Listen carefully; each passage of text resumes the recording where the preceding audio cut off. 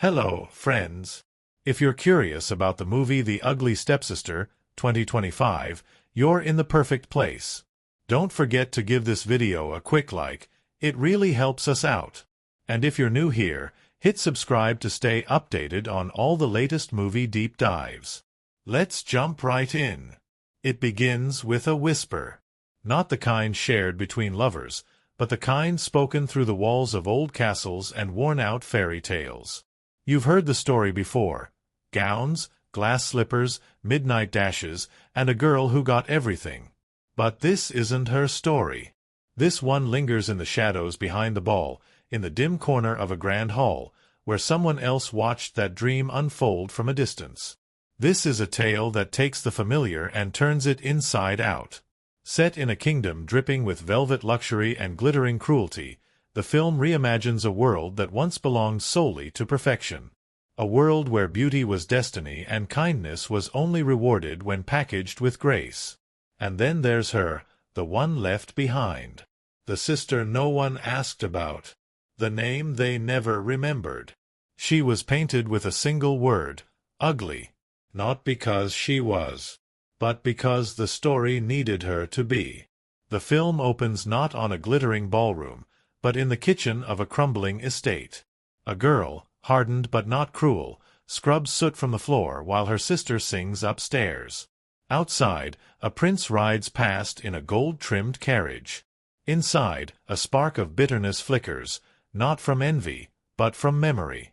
Because this is a story about who gets to be seen, and who's told to stay in the dark.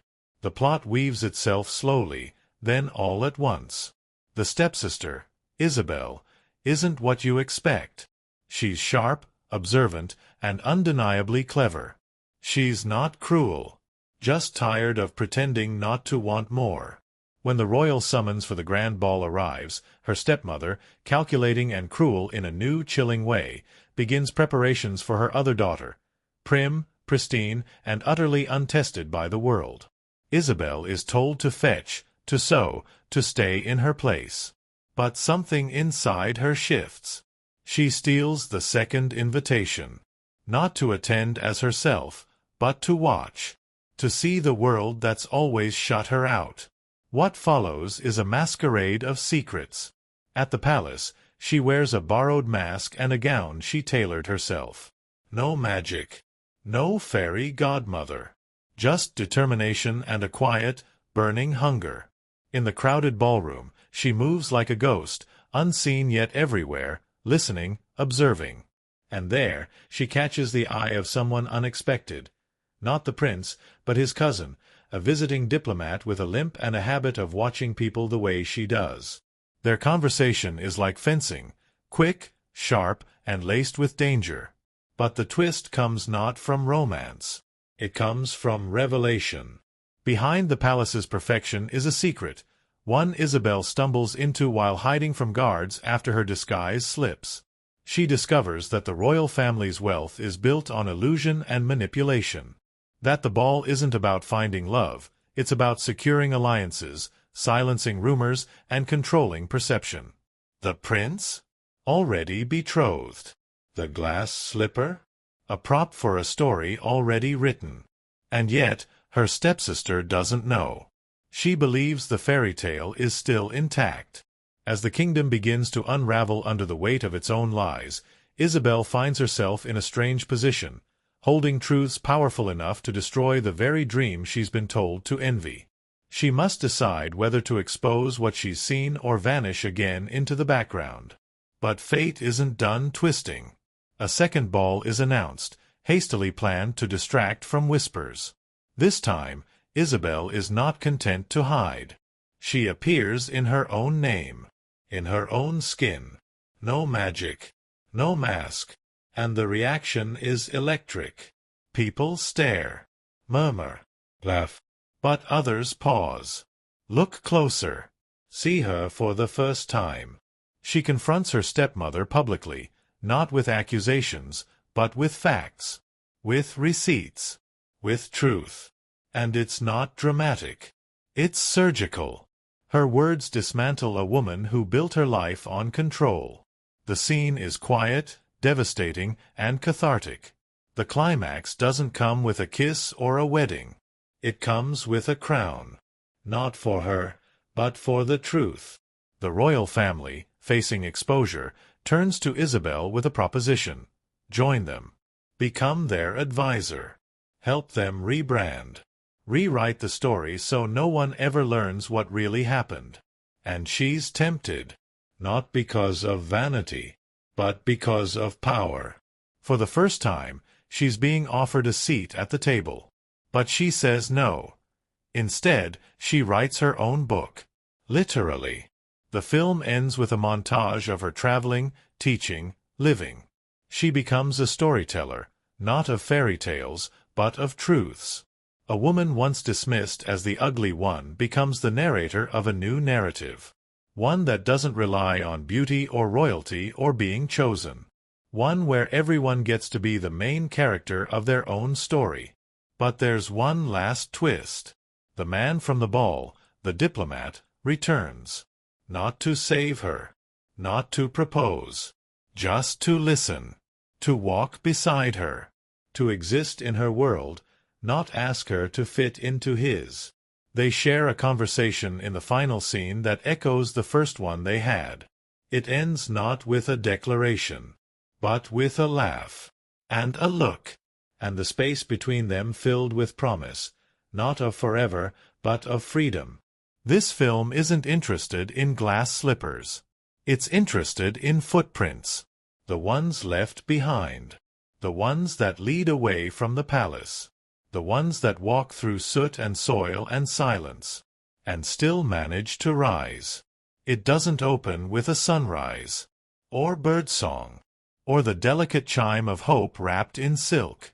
It opens in a drafty room at the top of a crumbling house where ash stains the corners and cold fingers of light stretch through shuttered windows. A girl, hair pulled back, apron smudged with soot, sits by a fireplace that hasn't seen a real fire in weeks. Her name is Isabelle.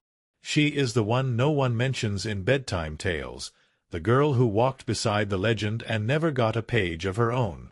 The house is large but hollow, the kind that echoes with wealth long gone, where portraits still hang but no one remembers the names behind the eyes.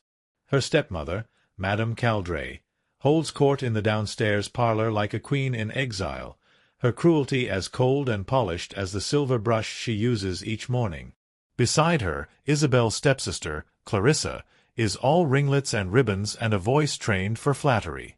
But even she, in her moments of unguarded stillness, seems to falter under the weight of her mother's perfection. Isabelle's life moves in silence. She does the laundry before sunrise, fetches water that freezes at her fingertips, sews hems that will never belong to her. Yet she is not broken, not bitter, not yet. She watches, listens.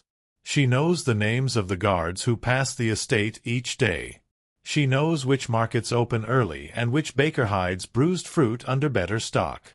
Her intelligence is quiet but cutting, tucked beneath a gaze that sees more than it should. Then the invitation arrives. Sealed in violet wax, carried by a courier too proud to notice the worn rugs he steps over. The grand ball. A royal announcement. An evening to celebrate the coming of age of Prince Leontius, the elusive heir who has not been seen publicly in over a year. All eligible daughters of noble blood are invited. Madame Caldra's eyes glisten as she reads it aloud, her voice curling with calculation. Clarissa swoons in practiced wonder. Isabelle, standing by the hearth with a basket of peeled roots, says nothing. But something inside her twists, not with jealousy, but with the quiet ache of a memory. She had once dreamed of nights like that, of chandeliers and polished floors. That dream has long since dried up, but the dust of it still clings to her bones. Preparations begin immediately. The tailor is summoned. New gowns are commissioned. Clarissa is paraded before mirrors like a porcelain doll. Isabelle is tasked with ironing silks and adjusting fittings. No one asks if she wants to go. No one imagines she might even consider it. Her presence is tolerated only in utility. Her identity, a blemish in the narrative of their polished life. But that night, as they sleep, she takes the second invitation. The one Madame Caldray tucked into her drawer, forgotten in her haste to plan Clarissa's debut. She doesn't run away with it. She doesn't scream or gloat. She simply holds it under the low light of her candle and whispers the words to herself like a spell. You are invited. She doesn't yet know what she'll do with it. But for the first time in years, she feels possibilities stir beneath the surface of her skin. The town buzzes with talk of the ball. Seamstresses work by lantern light. Jewelers stay open past midnight. Everyone hopes to be remembered. Everyone hopes their daughter might be seen. But Isabelle? She visits the old quarter, where magic once lived before it was priced out and painted over. She trades a silver spoon for a spool of moon-colored thread. She doesn't believe in fairy godmothers, but she believes in hands that know how to create. In the attic, she stitches her own gown. Not glamorous, not glittering, but hers. Every seam knows her name. Every fold hides a part of her story. The night of the ball arrives beneath a violet sky. Clarissa is radiant in pearls. Madame Caldray beams beside her like a woman reborn. Their carriage departs with polished horses and perfumed air. Isabelle waits. Then, dressed in her creation, she walks, alone, through the fog-laced streets, past revelers and whispering nobles, her invitation tucked into a pouch against her heart. At the palace gates, she shows her seal. The guards barely glance at her, distracted by the endless procession of color and lace. And just like that, she is inside. The ballroom is a dream made flesh. Marble floors that reflect stars. Columns wrapped in living ivy. Musicians playing a melody that feels older than the kingdom itself. Isabelle doesn't step onto the floor. She moves along the edges. Watching. Always watching. She sees Clarissa laughing near a duke with soft hands and cold eyes. She sees Madame Caldray whispering in the ear of a courtier. But more than that, she sees the machinery behind the dream. Servants slipping messages. Nobles trading glances like currency. And then him. Not the prince, but a man leaning against the far wall, dressed in simple black, eyes scanning the room like he's seen it too many times. He limps slightly when he moves. Carries no title. But when their eyes meet, something clicks. Recognition, not of person, but of perspective. They speak in quiet corners. No introductions. Just observations. She notices how he winces at the music. He notes her gaze lingering too long on escape routes. They don't flirt. They converse. And in doing so, they shift the air between them. But the night is not gentle. Near midnight, as Isabelle turns to leave, her slipper catches on the hem of a tapestry. The guard watching her shouts. Her mask slips. And in the panic that follows, she ducks into the palace archives. Dusty, forgotten rooms no reveler ever visits. It is there she finds the papers. Hidden behind a shelf. Old contracts. Deeds. A ledger of arranged marriages and payments disguised as dowries. Names she recognizes. Dates that don't align. And a single line scribbled in haste. The prince's union shall restore public confidence. She realizes the ball was never about love. It was a campaign. A myth in motion. Footsteps echo behind her. She flees through servant passages, out into the garden maze. Her gown torn. Her hands bloodied from a fall. She doesn't make it home until dawn. No one notices. And yet, everything has changed. She now holds a truth no one else sees. The fairy tale is fractured. And the girl left behind might be the only one brave enough to name the cracks. Morning arrives with golden sunlight, warm and indifferent, spilling across a city that still believes in its own fantasy. People speak of the ball in excited tones. Who danced? Who dazzled? Who may have caught the prince's eye? But in a small attic on the edge of that illusion, Isabelle sits in silence, her bruised hands curled around parchment not meant for her eyes. She knows something now, something that reshapes everything. The ledger haunts her. Line by line, it details promises made beneath the illusion of nobility. Political unions masked as romance. Land traded for titles. And the prince? Nothing more than a symbol, a figurehead carefully choreographed into a fairy tale that the kingdom has come to depend on.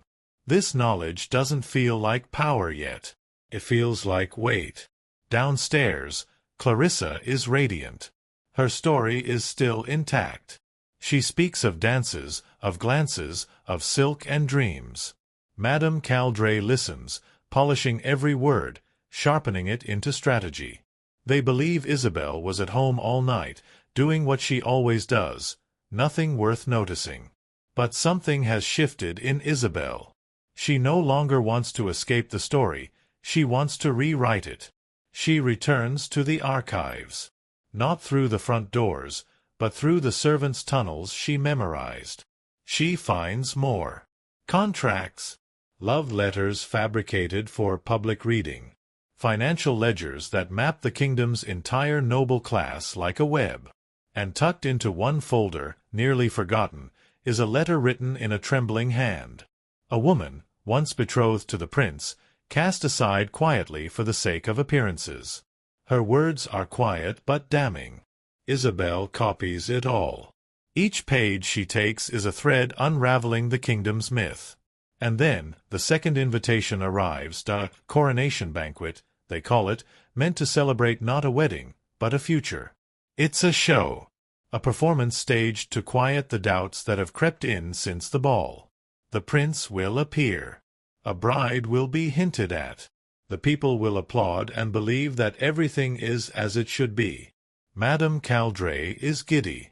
She's been summoned to speak with the Queen's chamberlain. She believes Clarissa is close to being chosen. The match, she thinks, is nearly made. Isabelle listens in silence. Her plan begins to take shape, not out of revenge, but necessity.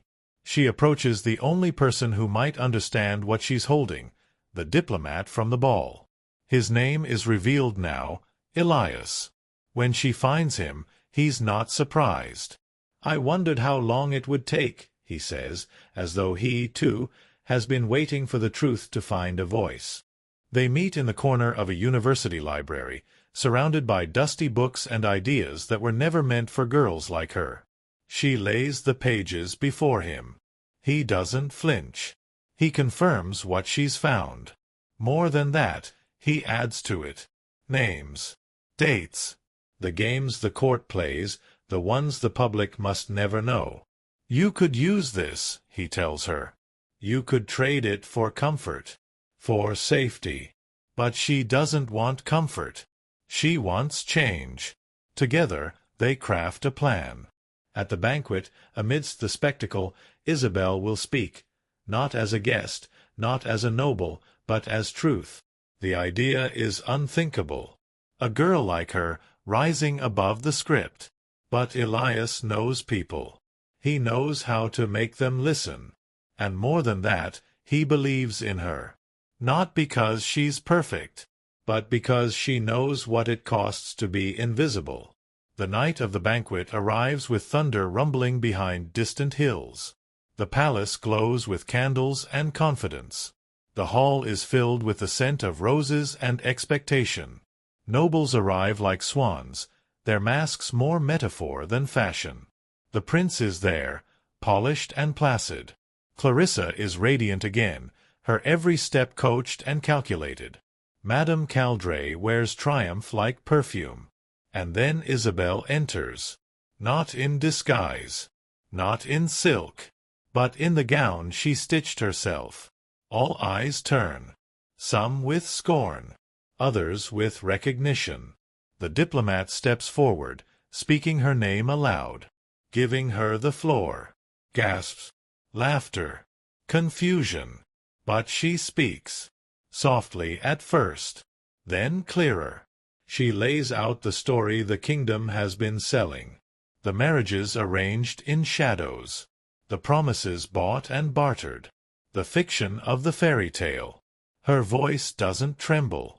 She's past fear now. She's lived too long beneath the weight of other people's narratives to falter in the telling of her own. Madame Caldray tries to interrupt. Guards begin to move. But Elias steps forward. He has made sure the right people are listening. Journalists, academics, nobles who have always felt like pawns. The court can no longer bury this. The queen demands silence. She approaches Isabelle directly. "What do you want?" she asks, low and cold. And for the first time, Isabelle smiles. "Not your throne. Just my own voice."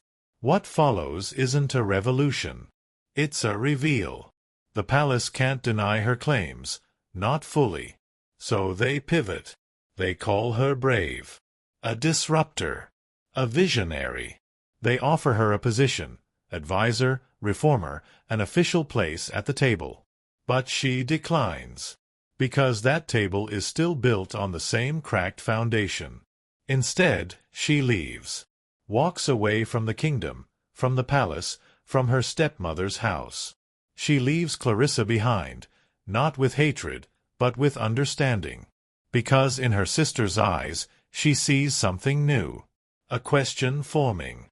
A story uncoiling. In the weeks that follow, whispers ripple across the land. Of the girl who spoke truth at a coronation. Of the stepsister who didn't want the glass slipper, but the truth behind the slipper. She travels, writes, speaks, finds others like her. Not ugly, just unwritten. And with every step, every word, she changes the shape of the story, one where no one has to wait for permission to be seen. And somewhere, not far behind, Elias walks. Not ahead, not leading, just beside her. Exactly where she's always belonged. She is not who you think she is. That's the first truth this story reveals. Because everything about her, her name, her role, her purpose, has been handed down by someone else's version. She was never the girl who lost a slipper or the princess to be. She was the one off to the side. An afterthought. A narrative necessity. The ugly stepsister. Not even granted a proper name in most tellings, just a sneer, a shadow, a foil. But not here. Here, she steps forward. And her name is Isabelle. From the first scene, you can feel the tension in her. Not the kind that lashes out or schemes behind curtains. The quieter kind. Worn like a second skin. It's the way she watches people, the way her gaze lingers longer than politeness allows, like she's always measuring the world against some truth no one else sees. She's not bitter. But she's tired. Of roles. Of expectations. Of being folded into someone else's fairy tale. What makes Isabelle remarkable is not what she wants, it's what she knows. She understands the rules of the world she lives in. Knows the dance. Knows that beauty buys favor, that kindness only matters when it's pretty, that silence is mistaken for peace. But she also knows something else. Something deeper. That survival, when you've been cast aside, isn't passive. It's an art. She does not wear rage like armor. She wears intelligence like a blade. And yet, she is not cold. There's a tenderness in her. A flicker that never quite dies out. You see it in her quiet moments. How she sews, how she listens to the birds in the chimney, how she lingers at doorways rather than storming through. She's been hurt, yes. But she's never become cruel.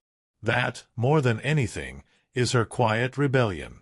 And when the plot begins to move, when she chooses to take that hidden invitation and walk into the ballroom, she does it not to win anyone's heart, but to see. To understand. To stop being a shadow in someone else's dream and finally step into her own light. That choice defines her. She isn't swept into a love story. She walks into a reality. And what she finds there, that the kingdom is built on illusion, that power is traded behind polished doors, that her stepsister's fairy tale is just a painted mask, isn't a shock to her. It's a confirmation. Isabelle has always suspected the world was made of mirrors. Now, she knows who's behind them. What she does next is what makes her unforgettable. She doesn't scream. She doesn't destroy. She reveals. She holds up the story like a piece of stained glass and turns it in the light until the cracks become visible to everyone. She doesn't rewrite it for revenge. She rewrites it for truth. And in doing so, she becomes something no one ever expected the ugly stepsister to be. A witness. A narrator. A woman who names things as they are and dares to walk away. Now, Clarissa, Isabelle's stepsister, is a different kind of mirror. She's lovely, yes. Polished. Taught to smile in ways that make people comfortable. But she isn't cruel, not really. She's simply afraid. Afraid of not belonging. Afraid of being second best. Afraid that the story only has room for one girl with a happy ending, and if she doesn't step forward, she'll disappear. Her relationship with Isabelle is complex. They're not close, but they're not enemies either. There's a shared history between them, echoes of childhood before the world taught them to compete. Clarissa becomes a tragic figure in her own way. She wants the dream so badly that she never pauses to question it.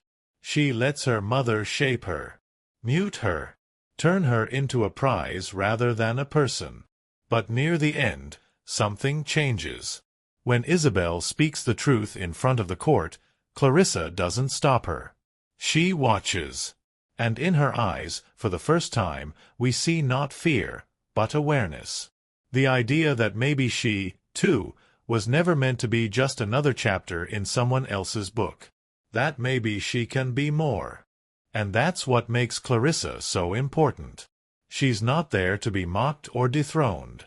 She's there to show how easily girls are taught to shrink, and how powerful it is when they start to question why. Then there's Madame Caldray. A woman who once had status, once had beauty, once believed she was the author of her own life. And now? Now she clutches power like a lifeline. She's not wicked for wickedness' sake. She's terrified. Terrified of becoming irrelevant. Terrified of a world where women like her, ambitious, aging, unyielding, have no place. So she channels that fear into control, into manipulation, into shaping Clarissa into something the world might still want. She sees Isabelle as a threat, not because she's bad, but because she's free. Because she refuses to play the game the way it's meant to be played. Madame Caldray doesn't hate Isabelle for being ugly. She hates her for being unpredictable. And when Isabelle finally confronts her, not with fury, but with facts, Madame Caldray crumbles not from shame, but from irrelevance. She can't control a story that no longer needs her. And in her downfall, the film shows the tragedy of women forced to turn against each other in order to survive a world that rewards their submission more than their brilliance. Elias, the diplomat, is the story's quiet heart. He's not a savior. He doesn't offer Isabelle love wrapped in heroism. He listens. He sees. He's been in rooms where stories are sculpted into weapons. He's seen good people crushed because they didn't fit the script. And he recognizes something in Isabelle that most others miss, not beauty or usefulness, but clarity. A sharpness that isn't cruel. A fire that burns, not to destroy, but to illuminate. Their connection is never theatrical. It's subtle. Built in glances, in unfinished sentences, in shared understanding. He doesn't fall for her because she changes him. He walks beside her because he's been waiting for someone who wouldn't ask him to pretend. He represents a kind of masculinity rarely shown, quiet, curious, willing to let others lead. And in a story about stepping beyond roles, that matters. But perhaps the most compelling character of all is the kingdom, the world they live in. A place obsessed with beauty, with control, with the illusion of goodness. It's not just a setting, it's a character that demands obedience. It whispers promises to those who fit its mold and punishes those who question it. And Isabelle? She doesn't burn it down. She walks out of it. And that act, quiet, steady, unapologetic, is the most radical of all. Because in the end, she becomes something the fairy tales never made room for. Not a princess. Not a villain. But a woman with her own story. One written in her own hand. Without permission. And without regret. It was never supposed to be a fairy tale. Not in the way we usually mean it. From the very first day of pre-production, the director warned his crew, "This story has teeth. Don't expect it to sing."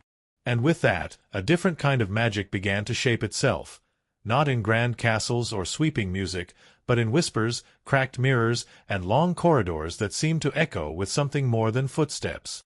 What followed was a production that felt less like filming and more like stepping through a hidden door in a very old house, where the wallpaper breathes and the chandeliers remember your name. Strange things happened from the start. The set for the Caldra estate, where much of Isabelle's early life unfolds, was built on the grounds of an abandoned manor in the Scottish Highlands. Not a studio lot. Not a green screen fantasy. An actual, weather-beaten estate wrapped in mist, with rotting floorboards and ivy that seemed to move. It had stood empty for nearly 60 years. Locals refused to go near it. They called it the Listening House. No one could say why. But the production designer fell in love with it instantly. It had sadness in its bones, she said. The kind of sadness you can't fake.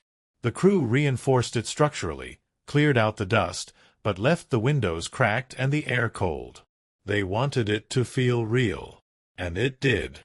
So much so that actors reported feeling watched in certain rooms, especially the attic where Isabelle sews her gown. One day, a mirror shattered during filming, without anyone touching it. The room was silent. The glass just broke. Then there was the gown itself. Isabelle's dress, hand-stitched, moon-colored, modest, became a point of obsession for the costume team. It was designed over a period of 2 months, and instead of using new materials, the designer sourced antique fabric from estate auctions across Europe. Bits of old lace.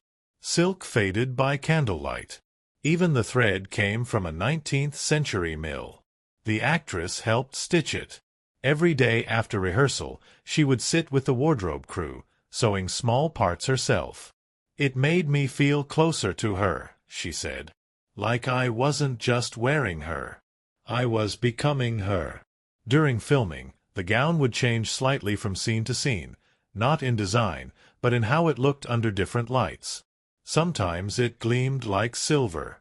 Other times, it looked like ash. The cinematographer said they never altered it in post. "It just reacted," he explained. "Like it had moods." The ballroom scene, one of the film's most visually stunning sequences, was shot in a real palace in Prague. But what made it eerie wasn't the location. It was the silence. No music was played during filming. The dancers moved without sound. The actors mouthed their lines. The chandeliers swung slightly above them, as if stirred by something unseen. The score was added later, layered on top of what the director called the memory of music. He wanted the silence to shape the performances. "I wanted them to look like they were haunted by the melody," he said. The most unnerving moment came during a night shoot in the palace's garden maze. The cast and crew were setting up for a scene where Isabelle flees into the hedges. A fog machine malfunctioned, spewing far more mist than intended. Visibility dropped to nothing. They called for a pause. But the lead actress, still in costume, disappeared into the fog, thinking the scene was still rolling. She was gone for over 20 minutes. They found her eventually, standing in a clearing at the center of the maze, completely still. When asked what she was doing, she simply said, "Listening." She couldn't explain it. But something in the air felt different. Heavier. She later admitted that she'd heard footsteps behind her, soft ones, even though no one else had entered the maze. That take was never used. But the expression on her face, captured in the stills from that moment, became the inspiration for the film's official poster. Elias, the diplomat and love interest, was originally a much smaller role. But the actor's chemistry with the lead was undeniable. They shared a quiet intensity that didn't need dialogue to burn. The director rewrote scenes just to give them more time together. One of their most pivotal exchanges, beneath the library's stained-glass window, was entirely improvised. They were supposed to speak lines. Instead, they just looked at each other. The silence said more. And then there was the ledger, the prop that sparks Isabelle's discovery of the kingdom's deceit. It was made by hand, filled not just with scripted entries but with pages and pages of fictional histories, names, dates, and false alliances. The prop master spent weeks creating it. But here's where it gets strange. Several names in the book matched actual historical figures from the region's royal archives, even though no one on the team claimed to have referenced them. It was probably just coincidence, he laughed. Probably. During a stormy week of filming, the power at the estate flickered. Cameras glitched. One night, all the lights in the main hallway turned off at once. The generator was stable. The wiring had been checked. The crew worked by candlelight for the rest of the night, and the footage from that sequence, the confrontation between Isabelle and her stepmother, was deemed too raw and intimate to cut. It became the centerpiece of the film's third act. Then there was the owl. No one hired it. No one trained it. But every morning for the final week of production, an owl perched on the window ledge of the attic room where Isabelle's scenes were filmed. It never made a sound. Just stared. Eventually, the director included a shot of it in the background. Viewers thought it was symbolic. "It became our ghost," he said. "A good one." One crew member, the sound editor, claimed to hear voices in the raw audio tracks. Not lines. Not dialogue. Whispers. Faint, unintelligible, only audible when isolated. At first, they dismissed it as equipment interference. But it happened across multiple devices. Multiple days. The director chose not to remove them. "Let them speak," he said. "The film already belongs to them." The original score was composed using a broken piano salvaged from a burned-out chapel. The composer had it shipped to his studio, still smelling of smoke. He tuned it just enough to play, but left many keys damaged. He recorded in single takes, embracing the imperfections. The result? A soundtrack that sounds both ancient and half-forgotten, like a lullaby remembered too late. At the wrap party, no one wore costumes. No one danced. They sat in a circle and read their favorite lines aloud. Not just from the film, but from scenes that were cut. Lines that never made it. One actor who played a background noble recited a single sentence that silenced the room. "Some stories aren't told because they aren't beautiful. But they're still true." That line wasn't in the final script. But the director etched it into the inside cover of every cast member's script before they went home. When the film premiered, it wasn't at a glitzy Hollywood gala. It debuted at a castle in northern France, projected against the stone walls of a centuries-old courtyard. The audience sat on velvet cushions. Lanterns lit the path to the screening. No red carpet. Just ivy, stone, and moonlight. Reviewers couldn't categorize it. Too elegant for traditional fantasy. Too brutal for romance. Too soft for satire.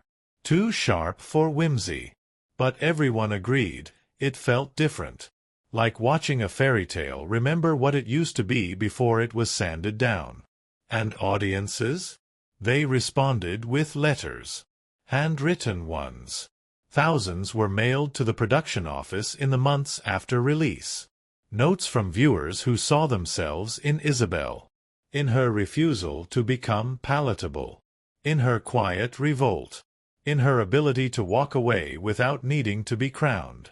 One woman wrote, I didn't think anyone would ever make a story for girls like me. But you did. And I feel less invisible. And maybe that's the strangest thing of all.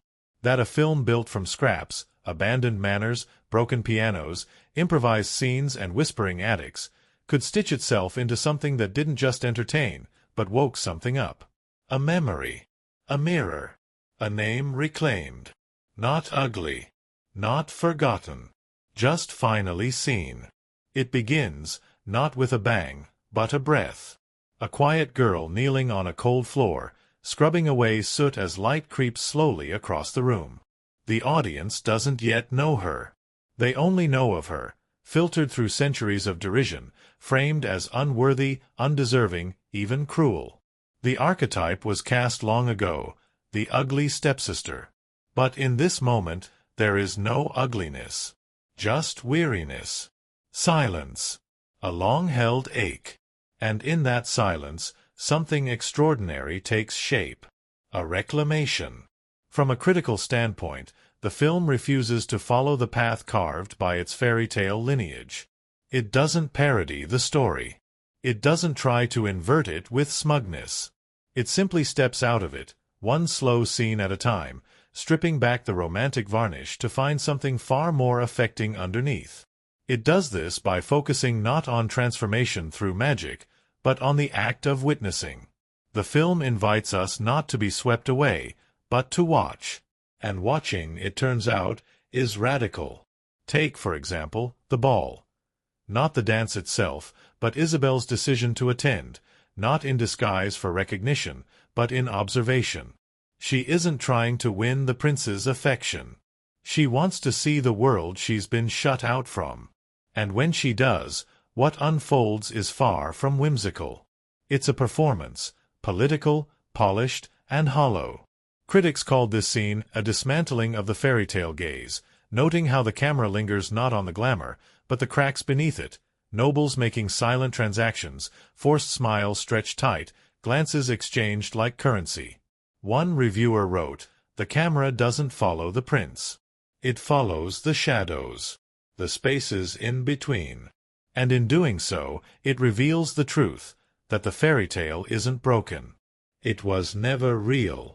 Another major event, the discovery of the ledger in the palace archive, is quietly seismic.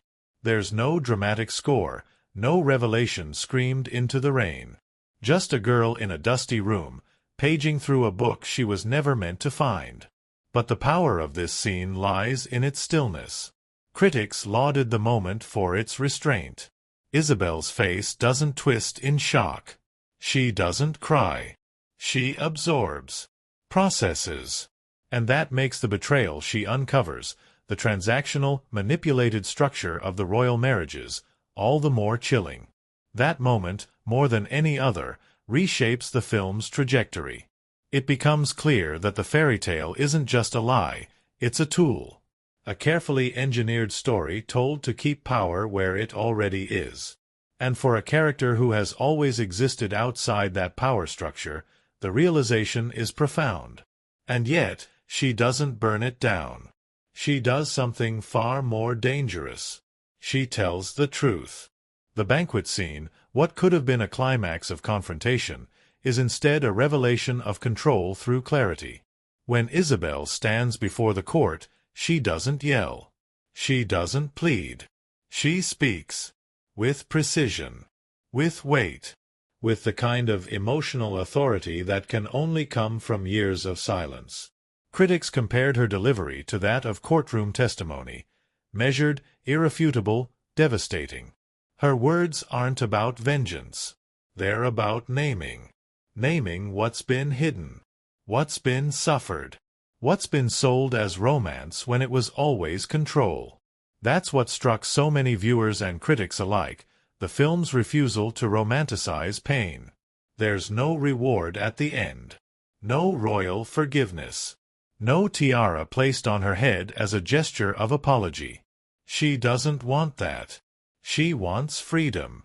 And in choosing to walk away from the palace, from power, from the very structure that once ignored her, she breaks the spell of the story entirely. One film scholar wrote, It's not a Cinderella story turned upside down. It's a Cinderella story walked away from mid-sentence. And the power of that is almost revolutionary. The film's emotional resonance comes not from sweeping gestures, but from the spaces between them. A glance in a mirror not recognized. A shared laugh that dissolves into silence. A thread pulled through fabric. These moments are small, but layered. Critics have called the film emotionally cumulative, a story that builds not through plot twists, but through emotional erosion. By the end, you haven't just watched a transformation. You've felt one, line by line, scene by scene. Elias, the diplomat, was another key point of discussion among critics.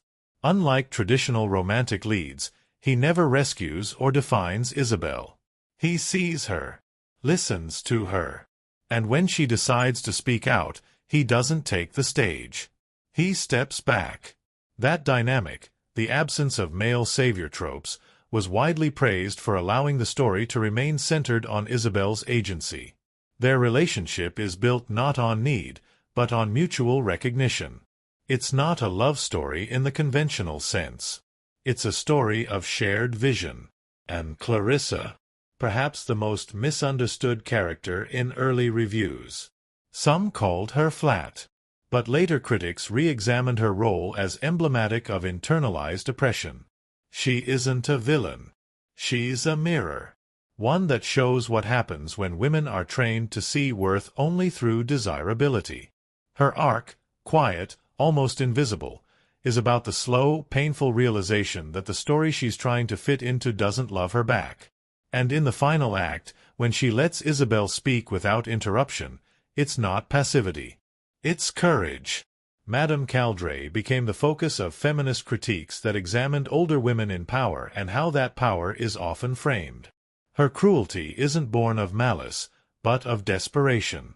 She plays the game because it's the only one she was ever taught.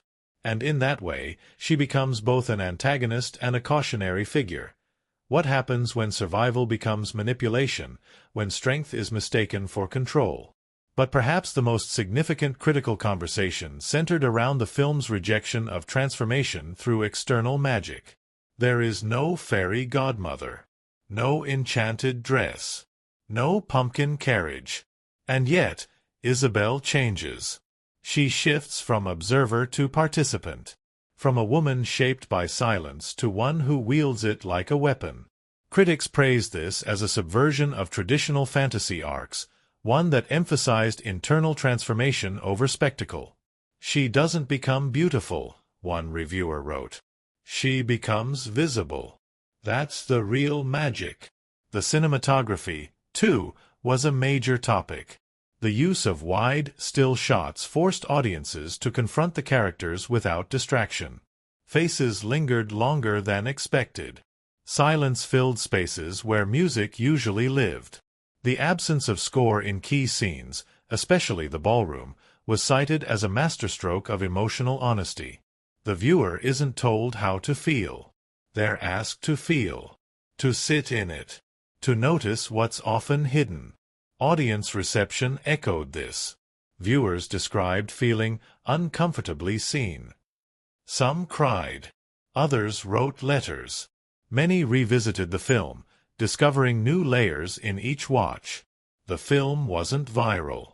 It wasn't loud. It spread like memory, like a secret past between people who had long needed a story like this. In academic circles, the film is now being studied as a narrative exorcism, a work that pulls a cultural myth out by its roots and shows it in a new light. Universities have begun offering courses on reclaimed narratives, using the film as a primary text. Essays have explored its treatment of agency, of power, of feminine anger not as fire, but as erosion, a steady, unstoppable reclaiming of ground. One lecturer put it best. This isn't a story about who gets to wear the glass slipper. It's about who gets to say no to the slipper in the first place. And that choice is what makes it powerful. The film ends, not with fanfare, but with a quiet walk into mist. Isabelle doesn't look back. And the camera doesn't chase her. It just lingers, letting her disappear, not into obscurity, but into her own story.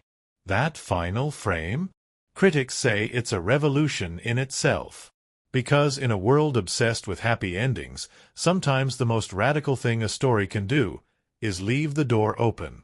It was a story that began in the margins. Not in a pitch meeting or a studio conference room, but in a handwritten note passed between friends, scribbled in ink across a torn page from an old storybook. What if the ugly stepsister wasn't ugly? It asked. What if she wasn't a villain, but a mirror? That question would become the heartbeat of a film that refused to obey its fairy tale lineage, and from the very beginning, the process of bringing it to life felt just as strange and personal as the story it aimed to tell. The director, quiet, meticulous, known for her affinity toward forgotten corners of narrative, didn't want spectacle. She wanted presence. She wanted stillness, silence, friction. She wanted the audience to lean in, not be swept away. "I didn't want this to look like a fairy tale," she said in one interview. "I wanted it to feel like the moment after one ends." She began the process by collecting images, paintings of women without names, portraits where the gaze was too direct or too uncertain to be easily romanticized. She built a mood board not of color, but of tone. And then she began casting. The lead actress was found not through auditions, but through a poem. She had written one, anonymously, and submitted it as part of a small theater residency application. The poem wasn't about a character. It was about silence, how it stretches, how it distorts memory, how it protects.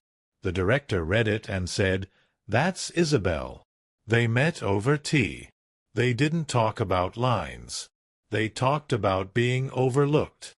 From that first casting choice, the rest of the production began to take shape like a whispered secret.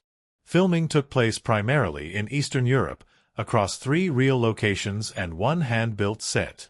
The Caldra estate, where Isabelle lives for the first half of the film, was a real, decaying manor nestled in the hills of southern Slovakia. It had no running water and only partial electricity, which made it both atmospheric and brutally difficult to shoot in. The production team chose to preserve its natural state, using candlelight for most of the indoor scenes. "We didn't bring the light in," the cinematographer explained. "We waited for it." The crew wore gloves even during interior shots, partly from the cold, partly from the dust, and partly out of respect. There was a strange reverence on that set, a feeling that something was watching. The wardrobe team kept finding old pins and buttons in the floorboards, artifacts from former lives.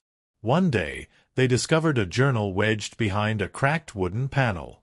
It was filled with the handwriting of a woman who had lived in the house in the 1920s. Most of the pages were lists, groceries, sewing patterns.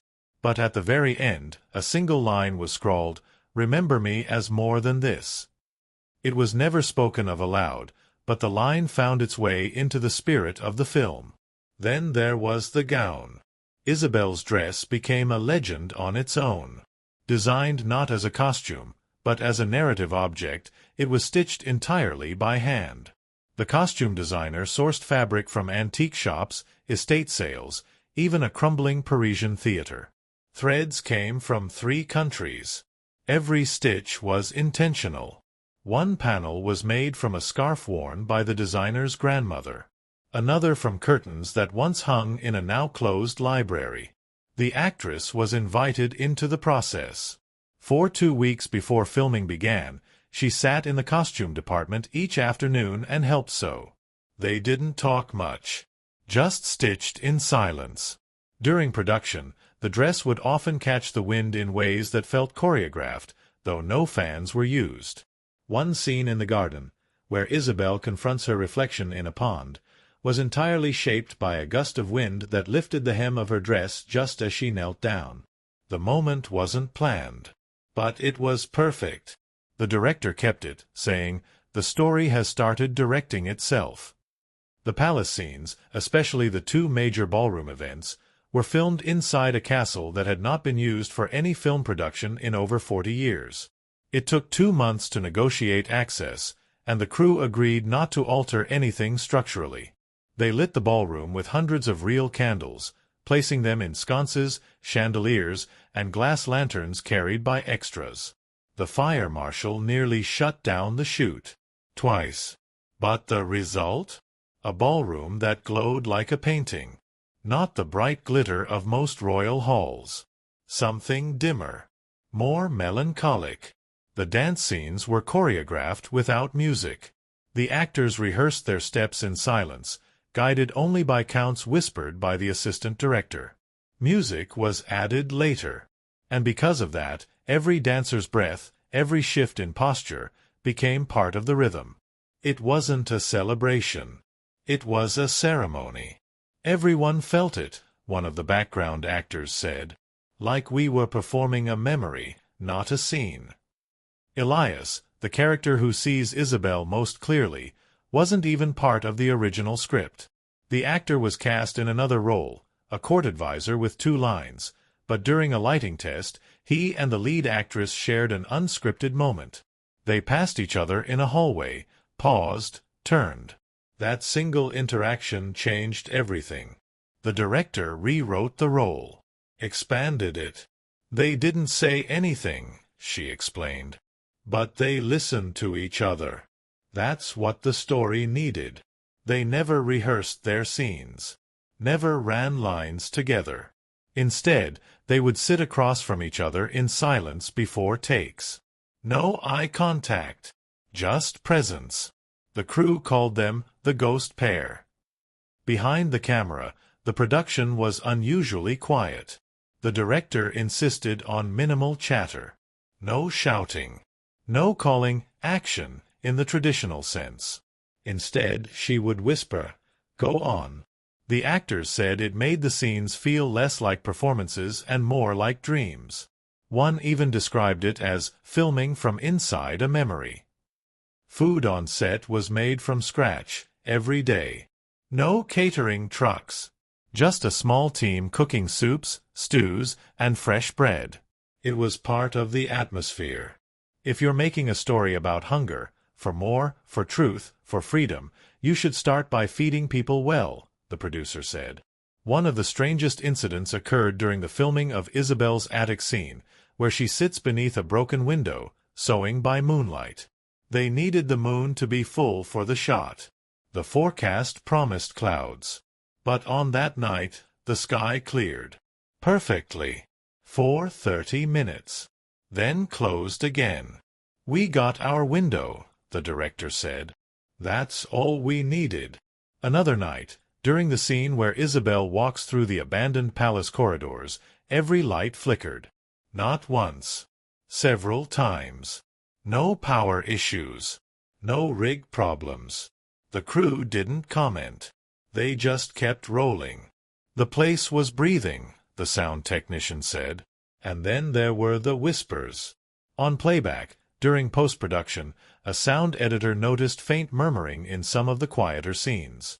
Not feedback. Not ambient noise. Words. Half-spoken, layered deep beneath the dialogue. No one ever deciphered them. The team chose to leave them in. Maybe the house was telling its story too, the editor joked. The final scene, Isabelle walking into the fog, alone, was the last shot filmed. It was bitterly cold. The forest was slick with frost. She wore only the dress. The fog was real, generated naturally by a shift in temperature just before dawn. She walked once, twice. On the third take, she paused just before disappearing from view, turned her head slightly, not to the camera, but to something in the trees. They kept that take. The film's reception mirrored its production. Slow, strange, and quietly overwhelming. No big premiere. Just a handful of screenings, followed by a surge of word-of-mouth so potent it felt like folklore. People came in cloaks. Left stones at the base of the screen. Wrote notes to Isabelle and slipped them into theater walls. The cast and crew reunited only once after the film's release. At a small theater in the woods, lit only by lanterns. They didn't talk about the film. They read forgotten poems. Props and set design add layers few notice on first watch. Books are placed with titles facing inward. Flowers wilt subtly across scenes. The clocks in the Caldra estate run slow, while the palace clocks are always ahead. Mirrors are rarely used, but when they are, they never reflect a full image. Always partial. Always fractured. As if the world itself refuses to show its characters fully until they earn it. Even the weather is a narrative device. Rain never falls during arguments. It falls after. Fog rolls in not before danger, but before truth. The final scene, wrapped in morning mist as Isabelle walks into the unknown, isn't symbolic. It's earned. The weather doesn't mirror her emotion. It receives it. And that's what makes the setting of this film so extraordinary. It isn't just backdrop. It's response. It's memory. It's the unspoken. Every location carries its own wound. Every room remembers what was said there. Every corridor whispers what it has seen. And as Isabelle walks through them, not seeking magic, but meaning, they change with her. Quietly. Slowly. But irrevocably. So when the screen fades to white, when her silhouette disappears into fog, you don't feel like the story has ended. You feel like the world has exhaled. Not because the tale is over, but because, finally, someone told it right. It didn't feel like a film set. That was the first thing newcomers would say. It didn't have the usual chorus of shouted instructions, the humming machinery, or the constant thrum of manufactured chaos. Instead, it felt like something older, quieter, like walking into a place that had already been dreaming long before the cameras arrived. There was mist in the air, always mist, and a kind of stillness that made even laughter sound sacred. Behind the scenes of The Ugly Stepsister, everything felt just slightly off-center, in the most wonderful, enchanted, and occasionally unsettling ways. The first day of shooting began before dawn, deep in the countryside where the Caldra estate stood, looming and forgotten. The crew huddled in coats, breath fogging in the cold as the sun crept over frostbitten fields. No one said much. Not out of nerves, but out of respect. The house, long abandoned, seemed to be watching. "You don't speak loudly in a church," the sound mixer whispered. Same here. The estate had no heating, no modern wiring. The production designer refused to build artificial sets. She wanted the creaks to be real, the cold to be felt. So the house stayed as it was. On the first night, the cast and crew lit their scenes by candlelight, and afterward, no one wanted to leave. They sat on the stone steps, passing tea, sharing stories not of movies, but of their mothers, their sisters, their ghosts. It set the tone for everything that followed. The actress playing Isabelle arrived 2 days early, not for rehearsal, but to live in the attic room that would be her character's refuge. No crew. No cameras. Just her, a journal, and the sound of wind slipping between cracks in the windows. When filming began, she knew the space better than anyone. "I didn't want to perform her," she said later. "I wanted to remember her." During her first scene, a wordless moment where she stitches fabric by firelight, the sewing needle slipped and pierced her finger. A drop of blood hit the cloth. She didn't stop. The director didn't call cut. The camera rolled for 5 full minutes. That piece of fabric remained in the final version of the gown. But it wasn't all solemn poetry and mysticism. There were moments of absurdity, too. Like the goat. No one intended to cast a goat, but one wandered onto the estate grounds during week 2 of filming. The crew named her Lady Beatrice. She had a taste for costume fabric and developed a habit of following the assistant director everywhere. Eventually, the director led her into a scene, a garden moment where Isabelle pauses, unsure, and the goat simply wanders into frame. The actress didn't break. She just blinked, and the camera kept rolling. Then there was the ballroom. Shot in a Baroque palace 2 hours outside Prague, it was a logistical nightmare. The floor was marble, the ceilings frescoed, and the rules strict. No rigging, no drilling, no modern lighting mounted. So the team brought in over 400 candles. Real ones.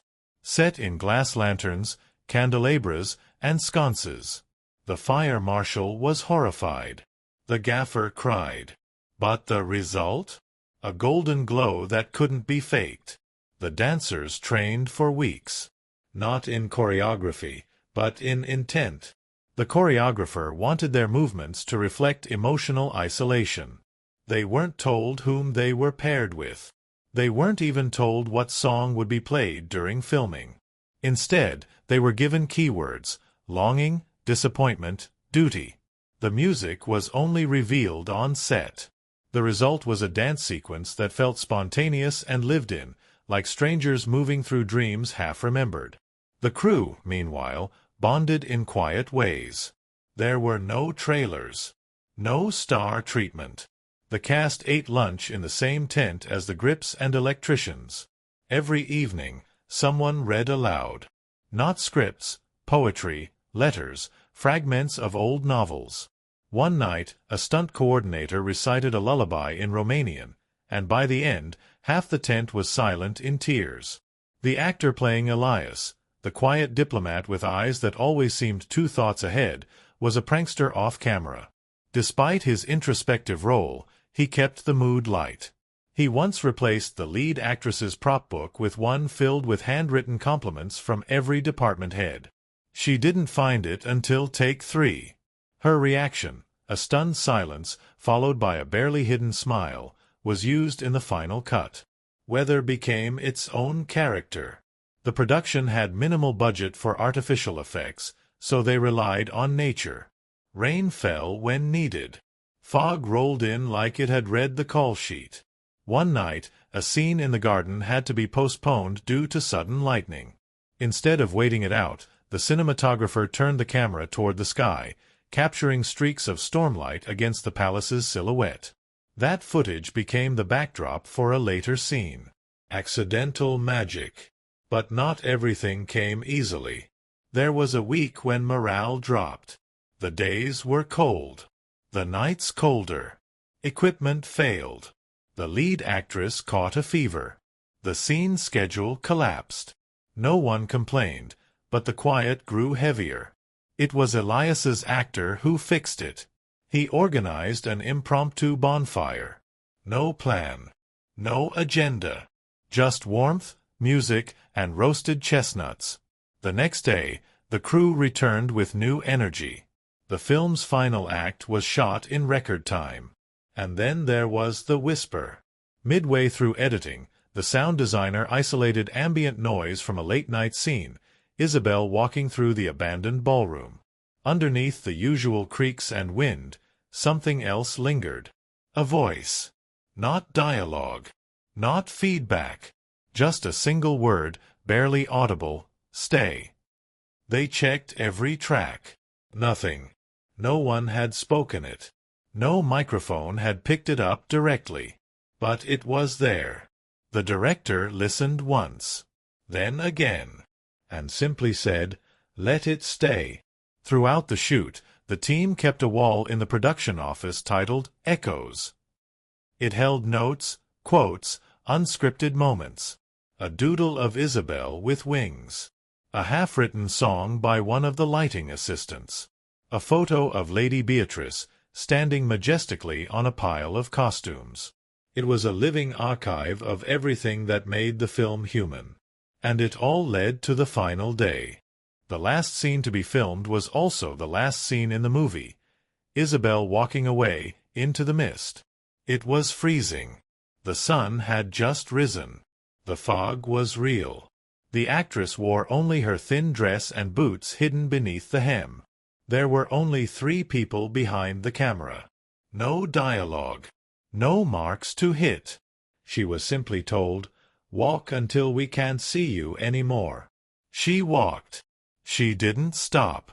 For a long time after she vanished, the camera stayed on the empty field. No one said a word. Then the director whispered, "That's it." The crew didn't cheer. They exhaled, as if they had all been holding something in, as if somehow they knew. This story had already been waiting to be told, and they were just the ones who listened.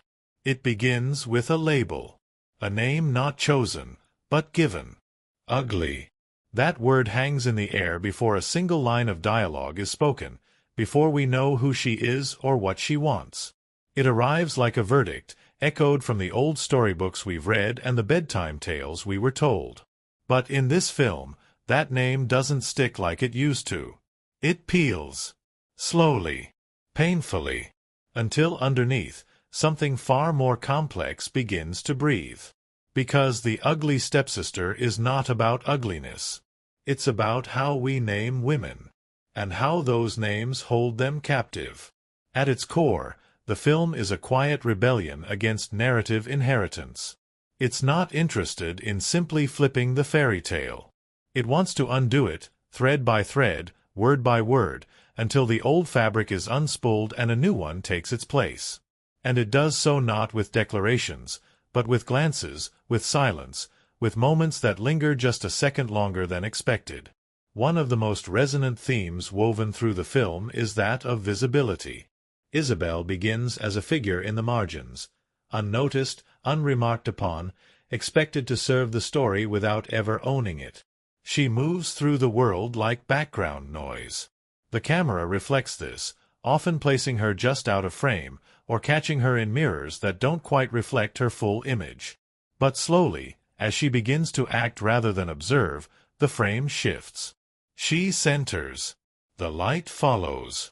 The silence that once rendered her invisible becomes the space where she reclaims herself. This arc, subtle, steady, is a powerful meditation on what it means to be seen not through beauty or favor, but truth. Connected to this is the film's interrogation of power. Not the kind earned through title or wealth, but the quieter power of naming, of choosing, of refusing. Isabelle isn't powerless because she lacks status. She's powerless because the story has already decided who she is. But as she uncovers the palace's secrets, and as she steps forward to tell the truth, she seizes control of the narrative, not by demanding to be chosen, but by refusing to be cast. This act of stepping outside the expected frame is where the film draws its deepest strength. Another central theme is performance, and how so much of femininity in traditional stories is shaped by the gaze of others. Clarissa, the stepsister, is trapped in this performance. Her every gesture is calculated to please, her smile shaped by her mother's ambition, her voice softened to avoid displeasure. She's not a villain. She's a girl who was told she had to be perfect to survive. The tragedy is not that she believes it, it's that no one ever showed her another way. The film doesn't punish her. It mourns her. Because in Clarissa, we see the cost of a life spent trying to fit a frame. Madame Caldray, the stepmother, represents another facet of this theme, legacy as imprisonment.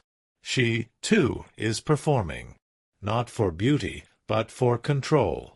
She clings to structure, to order, because it is the only currency left to her in a world that devalues aging, ambition, and feminine authority. Her cruelty isn't senseless, it's learned.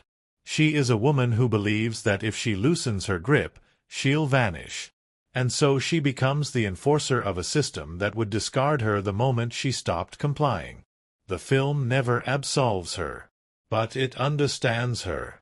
The idea of truth, how it's hidden, who controls it, and what it costs to reveal, is the film's moral center.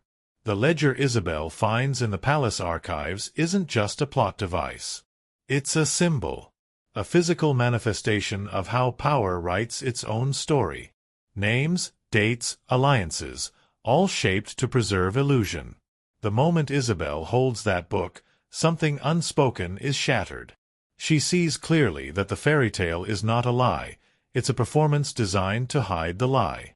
And when she chooses to speak that truth aloud at the banquet, it isn't heroic in the traditional sense. It's radical in its stillness. She doesn't ask to be believed. She invites you to look. And that invitation is what makes the truth undeniable. Symbolism is layered throughout the film like threads in a tapestry. The most obvious is the gown. It's not magic, not enchanted. It's made by hand, stitched with old fabric, every seam holding years of memory. It symbolizes Isabelle's identity not as something bestowed, but built. While others are adorned in finery borrowed from wealth and favor, she wears the past. And yet she steps into the ballroom not as a mockery, but as an assertion. I am here in what I made, in who I am. And the gown becomes something else entirely. Not transformation, but testimony. Mirrors are another recurring image. But they never show full reflections. Often cracked, tilted, or obscured. The film never gives its characters a clean view of themselves. Because in this world, self-image is always filtered through someone else's expectations.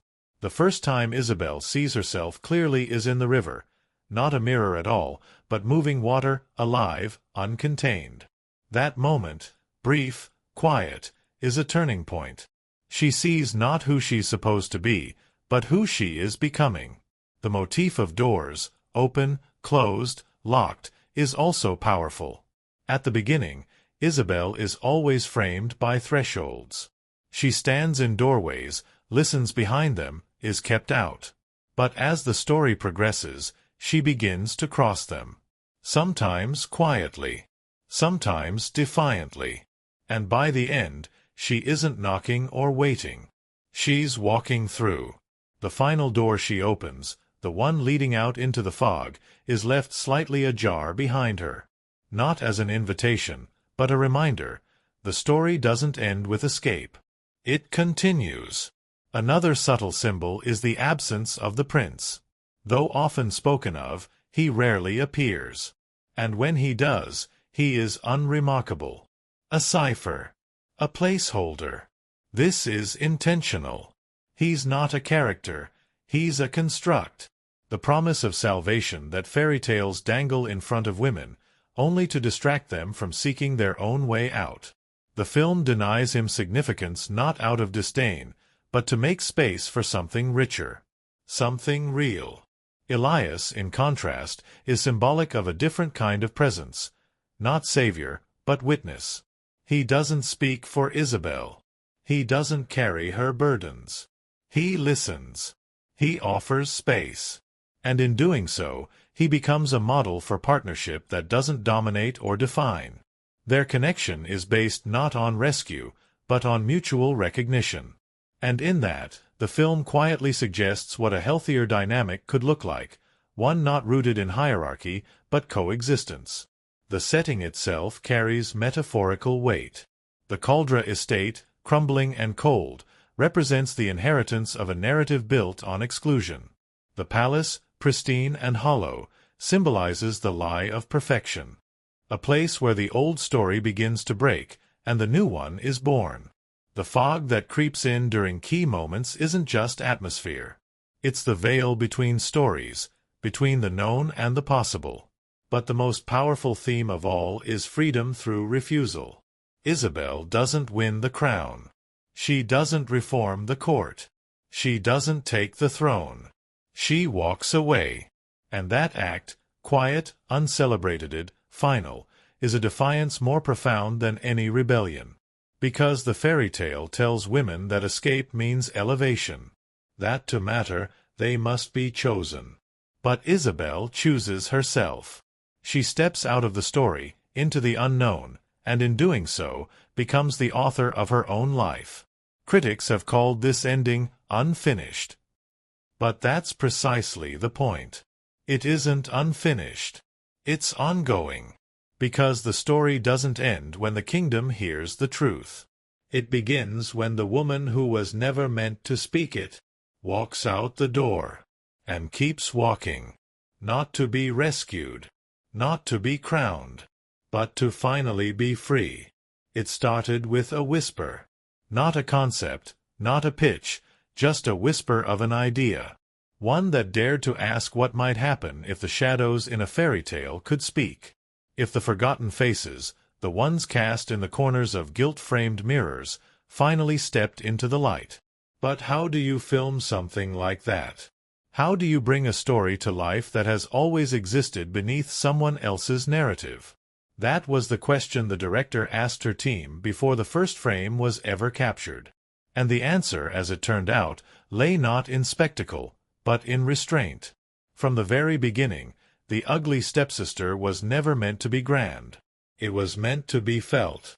And to feel something, not just watch it, you have to get close. That was the first decision the cinematographer made, to shoot the film not as a fantasy epic, but as an intimate memory. Wide lenses were used not to emphasize scope, but to distort space, making grand rooms feel too big, making faces look just a little more real, a little less composed. The aspect ratio was tightened ever so slightly, giving the entire film a box-like frame. Like looking into a keepsake box, the editor said. Like opening someone's private world. The lighting followed that philosophy. There were no spotlights. No soft diffusion to flatter. Every beam of light in the film came from within the scene. Candles, lanterns, firelight, moonlight, light that flickered, that betrayed the space it touched. This decision wasn't about aesthetic alone, it was psychological. The lighting made each room feel watched, not staged. The actors, too, responded to it. They often performed in near darkness, their expressions half lost in shadow, which made every blink, every shift, every held breath carry weight. The production's reliance on natural light created logistical chaos. They lost hours every day waiting for the right kind of cloud. Scenes were rescheduled because the sun was too honest. But the result? Rooms that looked lived in. Not airbrushed. Not enchanted. Just real. Isabelle's attic, for instance, was shot at dawn for 3 consecutive days. They waited each time until the light bent through the warped window just so, casting a beam that landed on her sewing hands and nowhere else. That light told a story, of isolation, of ritual, of quiet rebellion. The camera itself behaved like a ghost. It didn't chase movement. It followed it slowly, reluctantly, like someone remembering rather than witnessing. Dolly shots were used rarely. When the camera did move, it glided, soft, glacial, with a kind of gentleness that felt like breathing. More often, it remained still, locked in place, observing. This stillness wasn't aesthetic minimalism. It was emotional framing. The absence of camera movement in many scenes gave the characters nowhere to hide. Their emotions had to fill the space. Take the scene in the palace garden. Isabelle stands alone among trimmed hedges and whispering trees. The shot is wide. She's a small figure in the corner of the frame. No cut. No close-up. The moment breathes. And in that breath, you feel her loneliness. Her smallness. Her decision to keep walking. The camera isn't showing you what to feel. It's letting you feel. Sound design followed this same ethos. Music is used sparingly. When it appears, it's often so subtle it feels like it's coming from somewhere inside the world rather than layered on top. The composer used detuned pianos, wooden instruments, and human breath as instruments. The main motif, a soft, descending melody, was recorded using a century-old harmonium with a cracked bellows. The imperfections were kept. It had to sound like something that remembered pain, the composer said. Silence, though, was the film's greatest sound. There are entire stretches, 5, 7, 10 minutes, where no score plays. No ambient trickery. Just footsteps. Fabric rustling. Wind against stone. This silence is never empty. It's charged.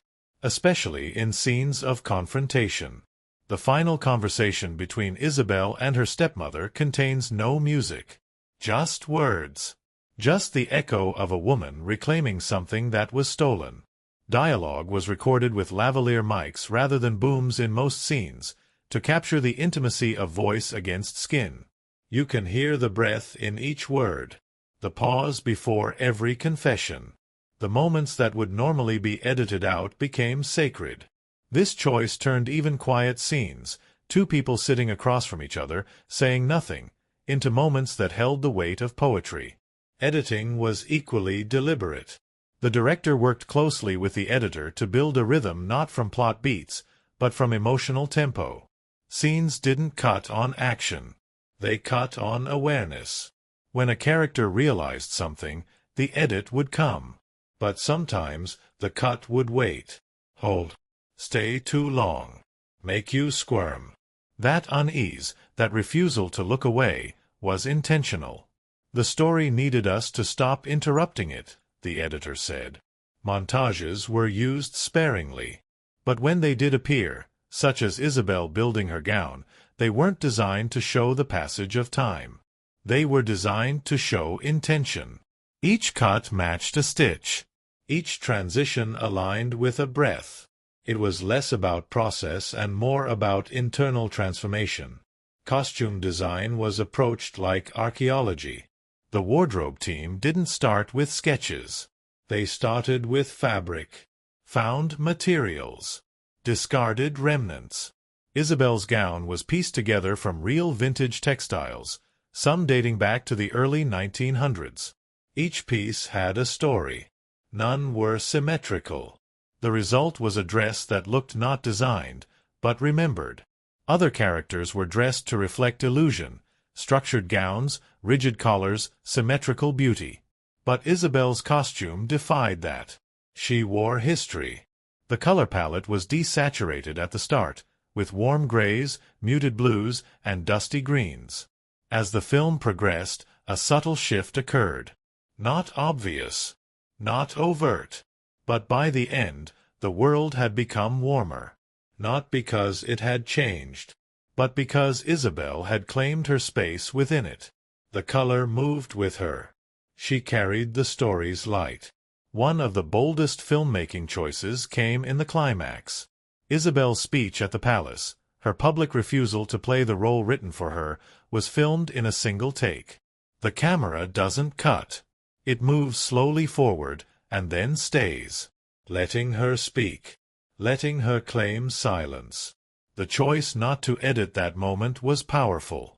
It felt like watching someone peel the mask off a world that didn't know it wore one.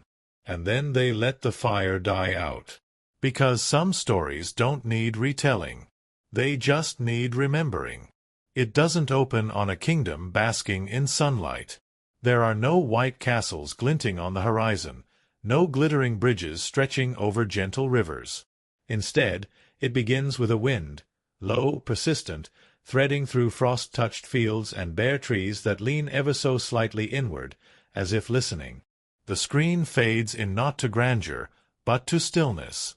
A crumbling estate sits at the edge of nowhere, draped in ivy that's grown too bold, windows dulled by time, a house that sighs beneath the weight of a name it no longer remembers.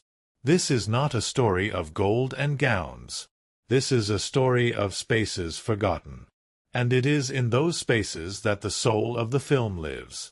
The Caldra estate, where Isabelle spends her unseen years, is more than a location. It's a ghost in stone. Chosen for its decaying elegance, the house rests at the edge of a forest in a part of Europe that rarely makes maps. Once regal, now hollow, it reflects exactly what Isabelle has become in the eyes of her world, necessary but unacknowledged. The ceilings sag. The doors creak open of their own accord. The hearth hasn't been lit in years. But it's the attic that holds the most weight, her space above everyone else, yet beneath them all. This attic is a masterpiece of emotional architecture. With its slanted ceilings, warped floorboards, and a single window framed in frost, it feels more like a memory than a room. It's quiet. Too quiet. Even the wind seems careful when it passes through. It's where Isabelle sews, reads, watches.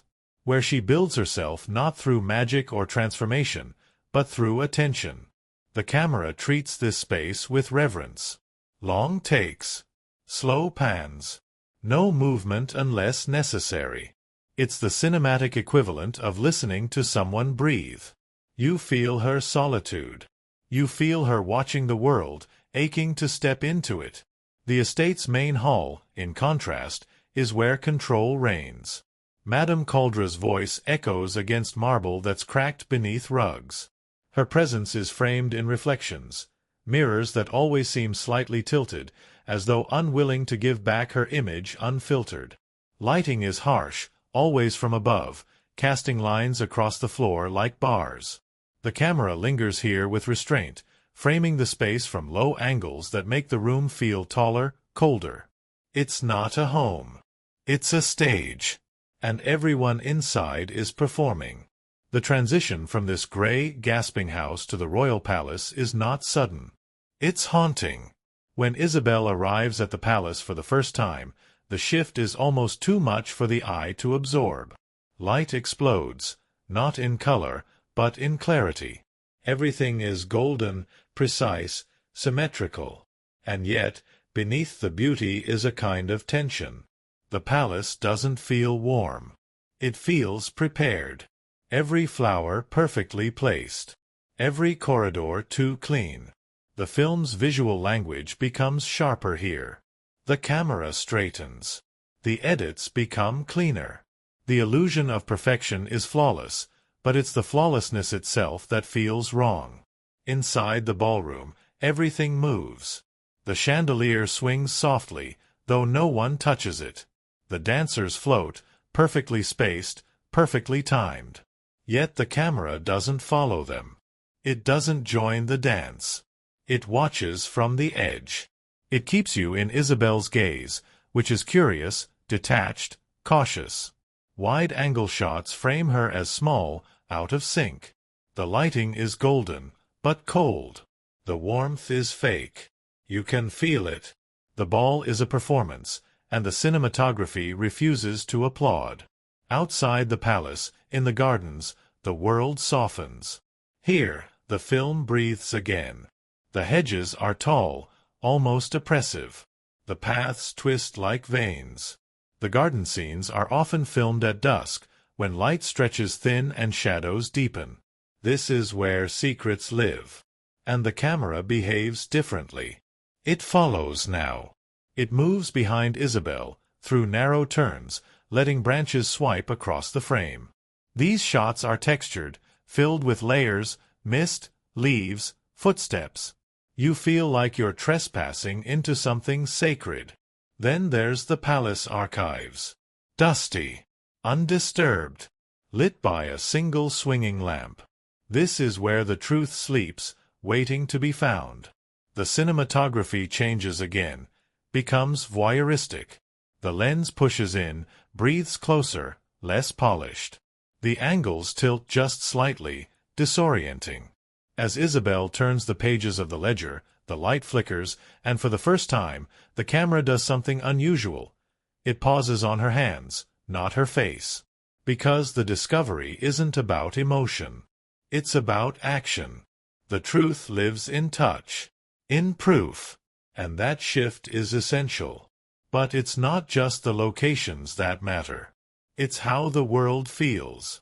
The lighting throughout the film is a character in itself. There is no high fantasy gloss, no sunlight used to flatter.